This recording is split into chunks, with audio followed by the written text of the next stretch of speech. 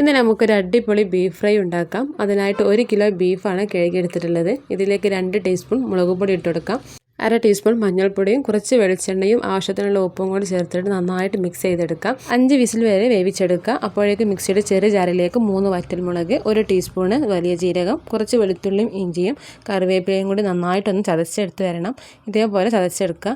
Beef നല്ലോണം വെന്തതിന് ശേഷം ഈ അരപ്പ് ഇതിലേക്ക് ഇട്ട് കൊടുക്കാം. ഇതിൻ്റെ കൂടെ തന്നെ 3/4 ടീസ്പൂണ് കുരുമുളക് പൊടിയും 1 ടീസ്പൂൺ മുളക് പൊടിയും കൂടി ചേർത്ത് കൊടുക്കാം. 3/4 ടീസ്പൂൺ ഗരം മസാലയും 3 ടീസ്പൂൺ അരിപ്പൊടിയും 3 ടീസ്പൂൺ കോൺഫ്ലവറും കുറച്ച് വിനാഗിരിയും കൂടി ചേർത്തിട്ട് നന്നായിട്ടൊന്ന് മിക്സ് ചെയ്തെടുക്കാം.